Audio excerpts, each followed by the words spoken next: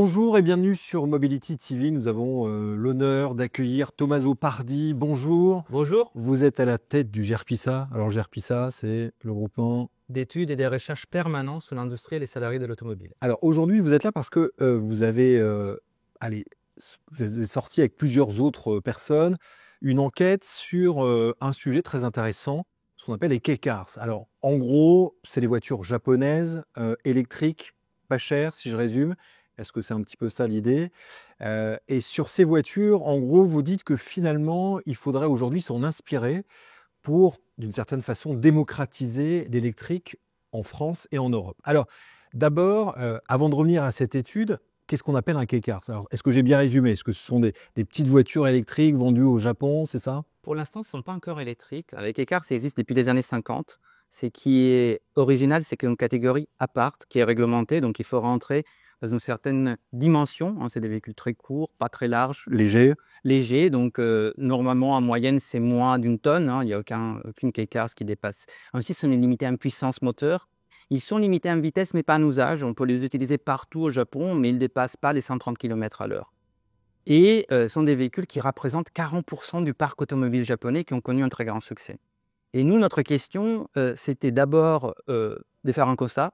On a besoin de ces véhicules en Europe parce que les ventes électriques sont en berne, parce qu'il nous manque 2 millions de véhicules en production et on est sur les points de fermer des dizaines d'usines parce qu'on ne retrouve pas les niveaux de 2019, parce qu'on voit tout un tas de personnes, des ménages, des populations, des pays qui sont exclus de la transition électrique parce qu'ils n'ont pas ces véhicules-là. On a besoin d'un véhicule abordable avant qu'il soit électrique et ça fait des feux.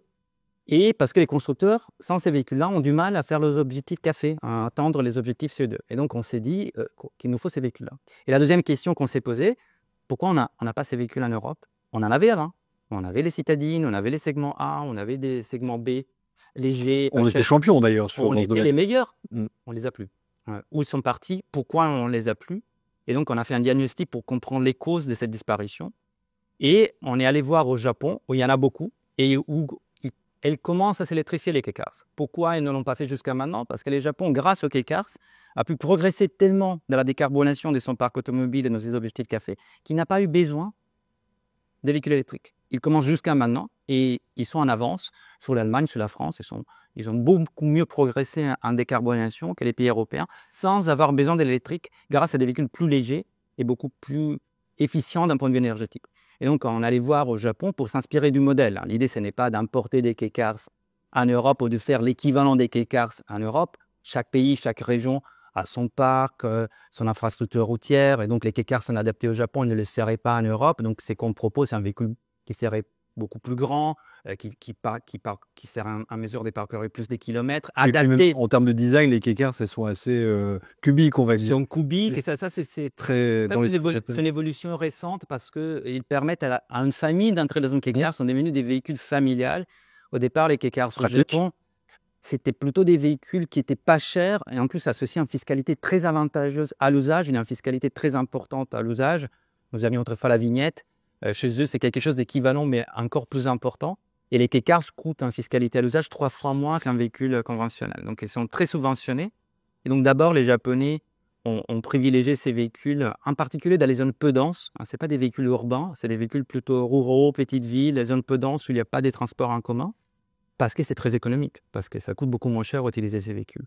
Et puis, finalement, grâce au succès qu'ils ont connu, il y a une offre qui s'est renouvelée, innovante, et donc c'est devenu plus cubique pour permettre à des familles d'y entrer, pour permettre des usages beaucoup plus variés, beaucoup plus polyvalents. Et aujourd'hui, quand on regarde les enquêtes des consommateurs qui achètent des K-cars au Japon, on voit qu'ils les privilégient parce qu'ils les préfèrent à des véhicules traditionnels. Avant, ils les achetaient parce qu'ils ne pouvaient pas se permettre un véhicule traditionnel. Maintenant, ils les préfèrent, ils les trouvent plus pratiques, en particulier quand il s'agit des véhicules qui sont les deuxièmes véhicules du ménage, c'est idéalement ça. Mais aussi quand on est jeune et on n'a pas des revenus importants, ou au contraire vieux et on n'a plus des enfants, etc. C'est des véhicules très pratiques. Et dites-moi, je me coupe parce que quand je vous écoute, j'ai l'impression d'entendre la France. Ce besoin de véhicules dans des zones qui ne sont pas forcément urbaines, cette praticité pour toute la famille, la deuxième voiture. Là, je me dis, c'est la France. Nous, on a pensé, à peu près, il y a 15 millions de véhicules en France, dans les parcs, qui correspondent à ces types d'usages. hein, qui ne sont pas utilisés pour des grandes distances, qui sont utilisés tous les jours, qui sont utilisés en périurbain ou en milieu rural, qui sont les deuxièmes voitures du ménage. Un fort besoin de mobilité. Oui, oui, il y a un fort besoin de mobilité. Ces véhicules correspondent parfaitement au cahier des charges. Sauf qu'en Europe, on a abandonné les petits véhicules. Et en fait, on ne vend que des véhicules qui sont devenus d'alétante de plus en plus chers, de plus en plus lourds, de plus en plus premium. Hein, c'est ça les véhicules neufs. Et c'est les véhicules d'occasion, hein, les parcs vieillis de plus en plus. Donc, il y a eu un report de plus en plus de la demande des mobilités individuelles vers les parcs d'occasion. Et donc, il s'agirait aujourd'hui, avec l'enjeu de l'électrification, de proposer quelque chose qui va permettre à ceux qui, naturellement, n'iraient pas acheter un véhicule neuf, pas ceux qui sont là, sur les marchés, pas ceux qui sont catalogues, pas les véhicules électriques qui est à 45 000 € des prix moyens en France, mais ceux qui ont des vieux véhicules d'occasion carbonés, thermiques, et qui, pour différentes raisons, ils doivent changer ces véhicules, critères R3, etc., et leur donner la possibilité de passer en électrique, dimensionné pour leur usage, pas cher à l'acquisition. On a calculé qu'on pourrait produire en France un véhicule de ce type-là, qu'on appelle nous VESA, véhicule électrique soutenable abordable, avec un PRF de 10 000 € et un prix des ventes de 15 000 €. 15 000 €. On a calculé ça en nous basant sur les données qu'on avait acquises pour l'R5, qui est produite en France, et en redimensionnant la batterie, les véhicules et en intégrant un peu les logiques des end-to-cost qui sont appliquées pour la gamme Dacia, on est arrivé à un PRF de 10 000 €. On est sur une Dacia, on est sur une Sandero, quoi. Oui. À peu près. Oui, une Dacia Spring, par exemple, une Dacia Spring rentrerait dans cette cahier de charge. Alors, c'est qu'il devrait changer des manières fondamentales, c'est qu'il faut amener les États, à repenser les réglementations qui ont conduit les véhicules neufs vers cette dérive vers le haut de gamme, et bien les réorienter pour accompagner une descente en gamme dans l'électrique, et donc repenser les cadres réglementaires, aider les constructeurs à passer leur café, leur objectif CO2 avec ces véhicules-là, et puis subventionner très largement ces véhicules, parce que ces véhicules viendraient remplacer un véhicule d'occasion ancien, créerait des ventes supplémentaires, créerait des volumes de production supplémentaires. Et moins d'émissions de CO2. Donc, beaucoup moins d'émissions de CO2. Pour un véhicule électrique, l'essentiel des émissions, c'est fait en fabrication.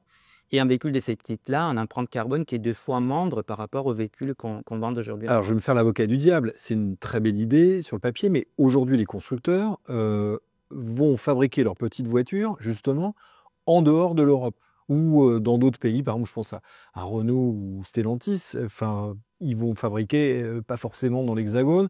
Donc, ça veut dire quoi? Ça veut dire qu'on a les moyens de faire des voitures aujourd'hui électriques à bas prix en Europe, ou en tout cas en France, par exemple.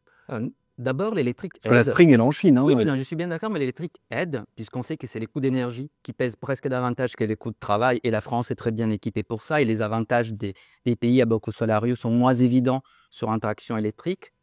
Et en plus, les véhicules électriques est plus simple à produire, il y a moins de main-d'œuvre à l'intérieur d'un véhicule électrique, donc les désavantages coûts liés à la main-d'œuvre est beaucoup moins important, et la fiscalité va jouer un rôle beaucoup plus important.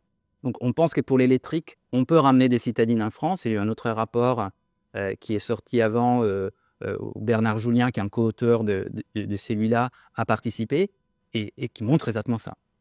Et ensuite, ce qui s'est passé, c'est qu'il faut bien comprendre que dans la dérive réglementaire qui amenait vers les véhicules plus lourds, plus chers, il y avait une contrainte spécifique pour les petits véhicules. C'est-à-dire quand je dois intégrer des ADAS par obligation européenne, je dois intégrer de la protection active, de l'Euro-NCAP 5 étoiles dans un petit véhicule, des surcoûts énormes. Et donc, ça devient de plus en plus difficile de faire ces véhicules de manière profitable et de rester dans ces normes-là. Et c'est pour cela que c'est ces véhicules qui sont les premiers qui sont partis d'abord en Europe centrale orientale et puis maintenant en Turquie et en Afrique du Nord. Or, si on repense la réglementation et on repense ces exigences et cette contrainte par rapport à l'objectif qui est d'avoir un véhicule qui soit abordable, sûr, électrique et soutenable, on peut reconfigurer cette contrainte de manière telle de ramener ces véhicules en Europe d'abord, dans un pays comme la France, en profitant avec l'électrique, ces handicaps qui existaient auparavant est moins présent. Et aussi, il faut se dire une autre chose, ces pays-là, qui aujourd'hui ne produisent que des voitures que pour les autres, Roumanie, Tchéquie, Slovaquie, Pologne, c'est 5 millions de personnes qui essentiellement s'équipent un vieux véhicule d'occasion importé de l'Europe occidentale, eux aussi ont besoin des véhicules électriques. Eux aussi doivent se décarboner. C'est inscrit désormais dans les règles européennes. C'est une contrainte pour chaque pays. Et donc, eux aussi auront besoin de ces véhicules-là et donc peuvent faire ce qu'ils n'ont pas fait auparavant, produire des véhicules pour leur propre population et précisément ces véhicules-là. Et si on ne le fait pas, ça veut dire que quoi? Que ça veut dire que d'autres constructeurs, peut-être les Japonais, les Chinois, vont le faire et vont nous les proposer en Europe? C'est ça aussi peut-être le risque pour l'industrie européenne? Ça, c'est l'autre argument qui, à notre avis, est très important. On a un problème de compétitivité avec les Chinois aujourd'hui. Autrefois, c'était avec les Japonais, maintenant, c'est avec les Chinois. Et c'est clair que si les constructeurs européens ne vont pas occuper cet espace du marché-là qui n'existait pas pour l'instant, qu'il faut créer.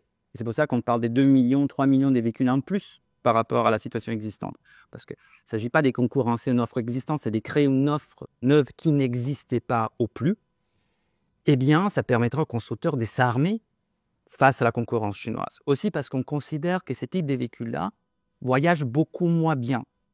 Faire un Tesla Y et les vendre en Chine, aux États-Unis et en Europe, c'est finalement plus simple dans l'enveloppe qui est celle que de faire une Twingo qui va marcher dans tous ces différents pays.